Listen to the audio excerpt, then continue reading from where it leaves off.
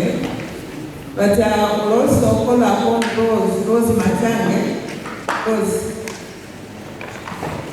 Rose Matange is an outcome of the project that was implemented in that area, and she's a living testimony of the growth path through from nothing to what she is today. So,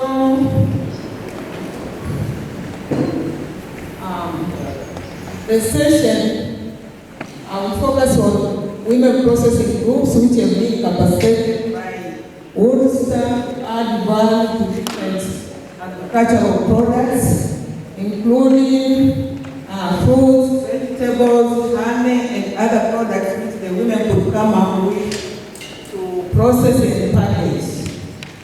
So that was meant to improve their sources of income and to improve their livelihood and the welfare of the family.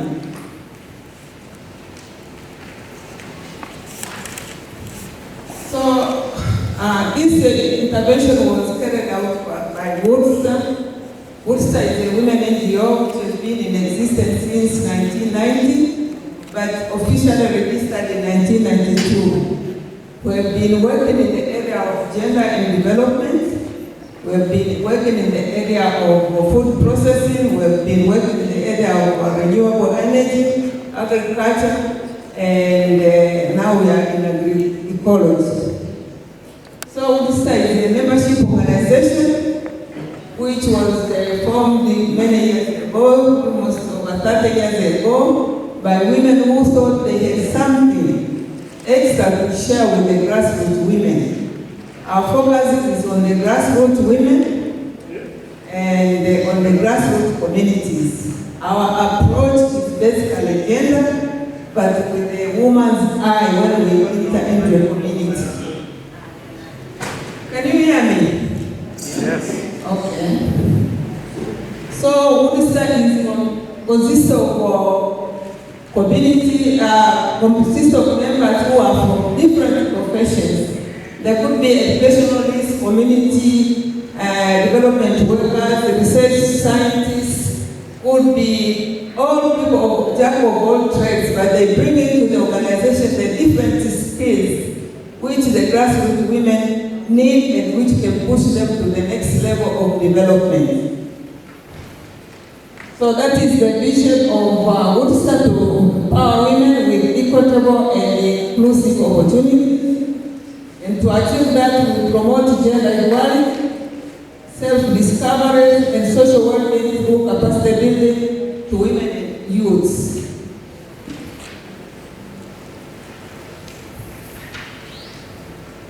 So WODSTA has been in the forefront promoting income-generating projects, particularly in Arusha region. We are also working in Manyara, and we have scaled up to Kilimanjaro in a few areas, in few interventions. So what we did is that we are working with communities in our district for many years in the area of environmental conservation. But along the way, we found that the women didn't have a lot of sources of income, and then we said, what would be the best option for them to engage in? So some women came up with the idea that we found out that the women were processing some of the fruits and vegetables and keeping them for out of season, but also selling to the neighbors, but not into the open market, just from door to door to the neighbors.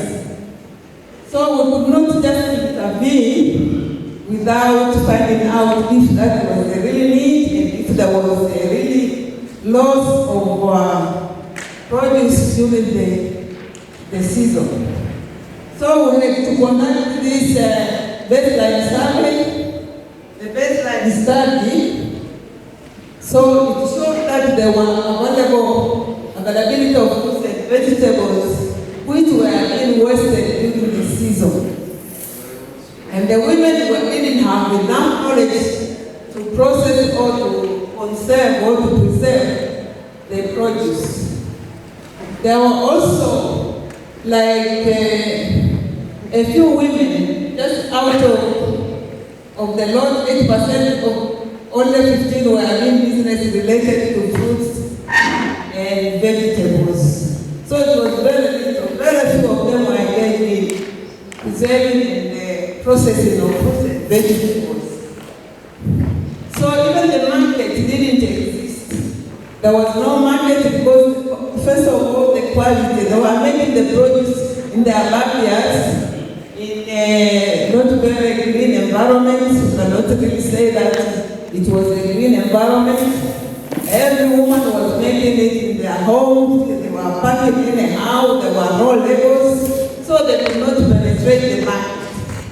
So that was found to be a really basic need for them to know how to process it properly with the quality and also to be able to penetrate the market.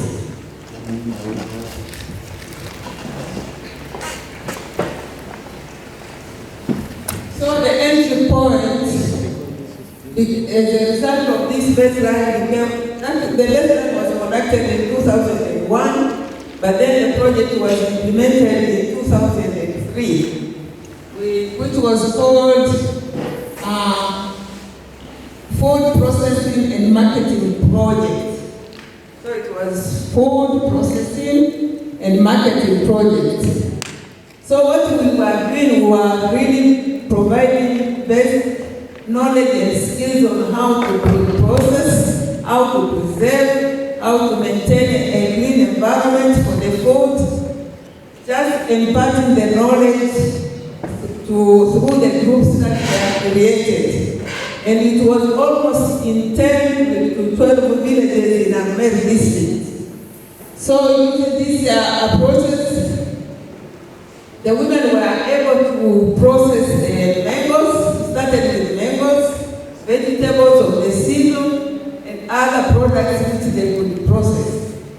So after that, we trained them how to make mango pickle. You know pickle? The pili. It's pepper. It's hot.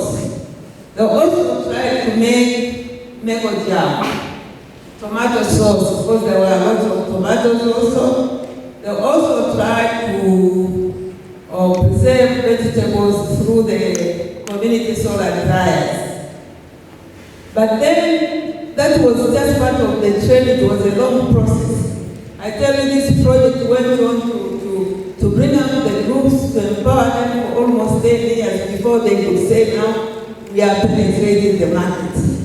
So I just want to show that social change or community development is not a one-time intervention. Or let's say in 2-3 years I've made this impact. It takes time for people to change, people to adapt, and people to be able to move forward on their own without any external intervention.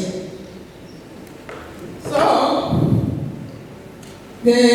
after that, there came for the need. Now also within a period of 3 years, we had managed to organize about 300 women in the first phase. And then there was the second phase which started in 2006. And the emphasis according to the project document was to capacity building, the management, the leadership of the groups. Because most of the groups are formed, but because of leadership, mismanagement of the resources, they die off. So that was the focus. But also to work on the marketing, to equip them with the marketing skills. How do you produce it? How do you market your product? And again, they were also to improve on the quality. So the beneficiaries then were focusing on increasing their market potential through marketing training, promotion, and marketing campaigns. So there was this event which we used to call door-to-door campaign. So just go from door to door to promote, to sell your product, to show that this is what I'm making. So the members would be in town could be in supermarkets, but the door-to-door, you sell your product, they know you, and they can place their order. So now, at the end of the second phase, the groups were able to come up with a uniform brand. That uniform brand and label, which were obtained from the Tanzania Food and Drug Association, but now it's called Tanzania Medicine and Medical Devices Authority, and the certification from the Tanzania Bureau of Standards. That is the one that certifies that this product can be marketed, can go into the market, is safe, is clean, and it can be produced on a large scale. So that were the milestones that we achieved during that time. After that, it became necessary that they needed to produce at a centralized place. Because every individual woman was producing in their homes. So you cannot even really regulate. This one is producing in the kitchen, this one is producing outside in the open space, this one is packaging in the bedroom, this one is packaging in the sitting room. So there was no way in which you could control the quality. So we had to set up a central processing unit within the organization, that within the organization in 099, where we have the agricultural show every year. So they have a unit there that has the storage facility, they have the kitchen, they have the processing room, they have the packaging room, and they have the display room, and they have where the changing room, the toilet facilities, and all of them are inspected by the Tanzania Bureau of Standards and the Tanzania Food and Drug Association, then before it changed to Tanzania Medicine and Medical Devices Authority. So after that, we got the certification that the market could go now into the supermarkets. But also, we want to appreciate the Small Industries Development Organization for the support, the efforts, for training, for capacity building, for also supporting the obtaining of the certification from the Tanzania Bureau of Standards. They have been supporting groups of women and other entrepreneurs to get approved and get certified. So that is how they started. So after that, they started producing at a central processing unit at our offices in 99, and now they could penetrate the markets, the supermarkets, the other outlets in Kilimanjaro, in Manyara region, but we'll see what challenges they faced, because there were challenges also.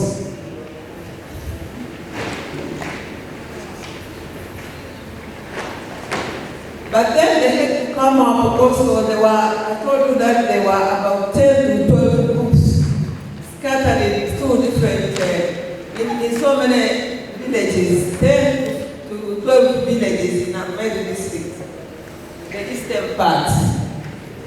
So they had to come up with an umbrella organization that could steer the organization to the groups to produce, to focus on marketing, and to ensure quality control with the different committees that were created by the women themselves.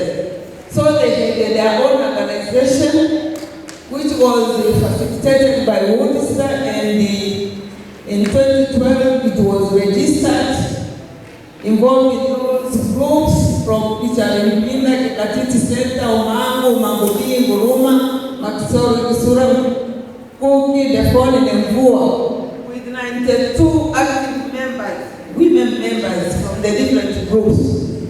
So these groups were registered and were recognized by BRELA. They are also recognized by the Meru District Council, and they are also registered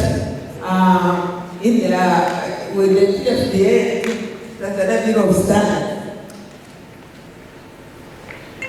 So what happened is that by 2009, this processing which started the central process unit continued to grow and to also scale up the production. So where were the markets? They started with a door-to-door marketing. They started with the supermarkets. But like you see later that member people is not a fast-moving item.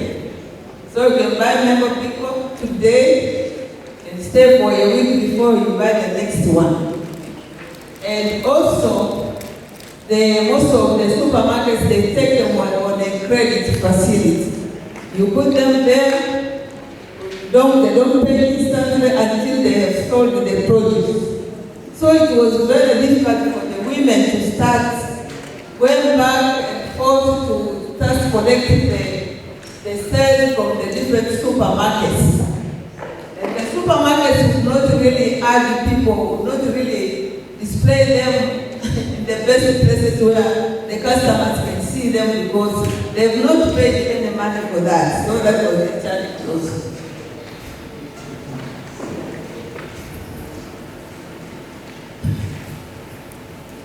So after that challenge, WODSTA is the umbrella organization that was formed.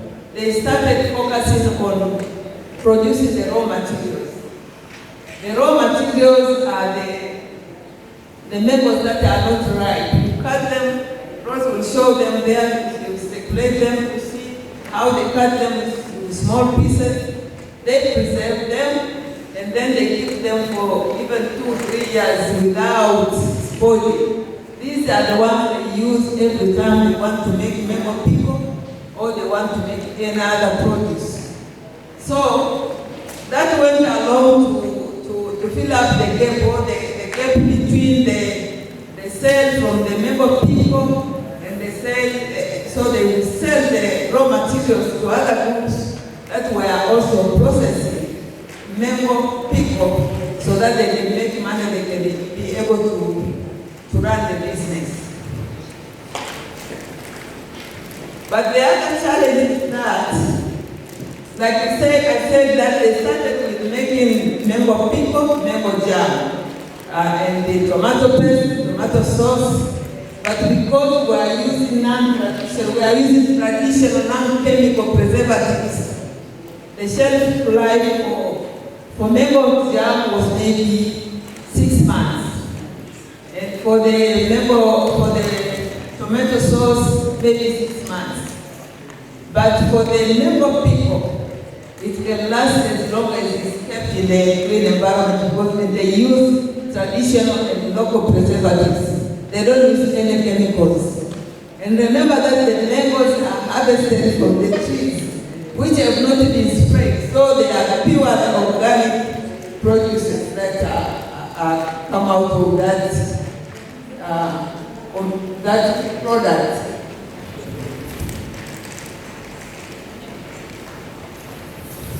So what are the major outcomes of the project?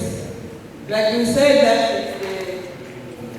the main aim was to add value to the mangoes that were rotting, to the vegetables that were being thrown away during the season, and even tomatoes.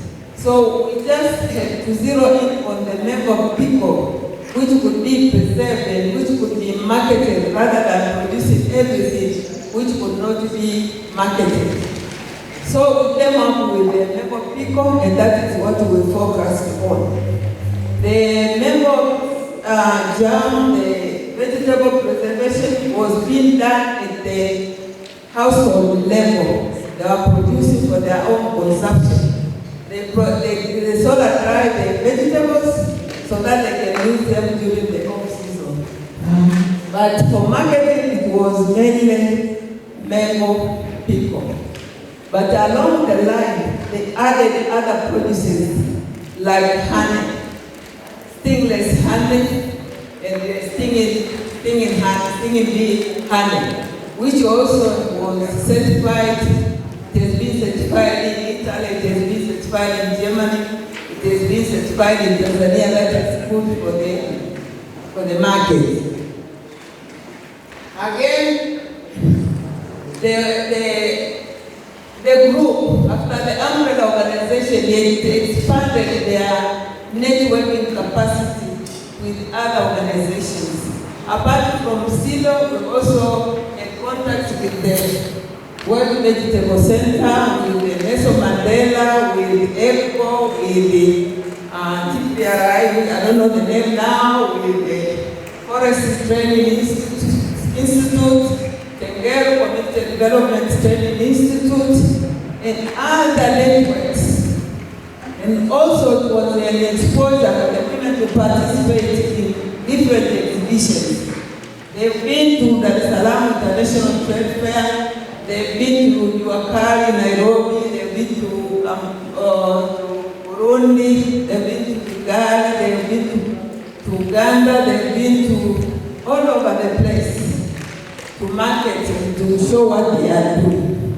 But also, it was an opportunity for them to use the skills that was gained out of food processing and marketing, the skills to process other products. They are processing drying bananas, they are processing moringa, they are processing different products that they've added on their list of products that they can market for the market that is available in Arusha and elsewhere. So the skills have been replicated not only to the group of 92, but to other members of the community. You can say by now, maybe in those days as well, we started with 300 women who were trained, 92 registered group members. We have more than 2,000 women who are doing food processing in different products. They are drying bananas, they are processing moringa, they are producing avocado seed powder, they are producing lots of medicinal products which they are being marketed. Another one is they've also improved the performance for new and existing members in production. They had these production committees, marketing committees. So in terms of leadership, they were also strengthened that they could translate that skill into other activities that they were carrying on in their community. So these are some of the central processing units. On the left, the central processing unit, and there is the roles facilitating the group. And this one is the processing of the member people in the central processing units. And those on the left are the member peoples which have been produced ready for market. And on the right, there are the avocado seed powder, which is also good for medicine and other ailments that people are suffering from. And the one in the middle are chia seeds. I know you know chia seeds, you know them. Chia seeds are good for the health, they are beneficial, there are so many benefits. So the women have explored other options. They didn't stick to just producing member people and ended up there. They just explored other options in which to make money. So what is the current situation at the moment? It's not in here, but I just want to share with you the current situation. When we did the baseline survey, there were no markets for the mangoes, there were no markets for the vegetables, there were no markets for bananas, you know? So most of the products were rotten or were being thrown away. But Rose will chip in to tell you that now mangoes have a market. Even before they are ripe, the market is there. So there is transport facility that goes into the community to pick the mangoes and sell them to Dodoma, Dar es Salaam, to sell the bananas, lorries and the what go into the community to pick the bananas to Dar es Salaam, to Dodoma. So the challenge of waste has been addressed in so many ways. But that does not mean that the women are not processing.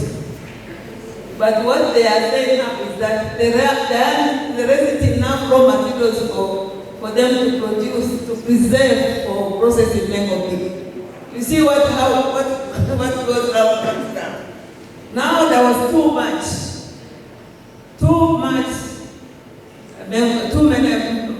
mangoes and waste. But now they are looking for mangoes which they can process as raw materials for producing the mango peel. Another challenge which has not been addressed, not only by the government, even the certifying authorities, is the packaging. Packaging is the challenge, not only to Vuo, but to also the producers in Tanzania. What happens is that the one who produces the bottles, the glass bottles, is a different industry from the one that produces the lids. So when you buy the bottles, you buy the bottles in bulk, you buy the lids in bulk. So you come and fix them, they don't fit, they burst. So when they burst, the quality of your product is not marketable. You cannot market a product that is not safe. So that is the challenge, not only to Vuo, but to most of the producers that are being fully processed in Tanzania. So we've explored so many options, even to get leads from Kenya, to get leads from Germany, but to get leads from Germany which they rust along the way, so they don't work. So it's a challenge. You get bottles from Kenya, but you don't get the leads. You get leads from Kenya, you don't get the bottles. So it's a challenge. But what inspires us is that the women are doing food processing, not necessarily on the mango pick or mango pick, but on many other produces, other products that give them income and improve their family welfare. So given that, I would like to call upon Rose just to chip in a little bit unless we want to start with questions and then Rose will chip in. But that is what we have been able to assist the groups to come up with a product that can penetrate the market. Thank you.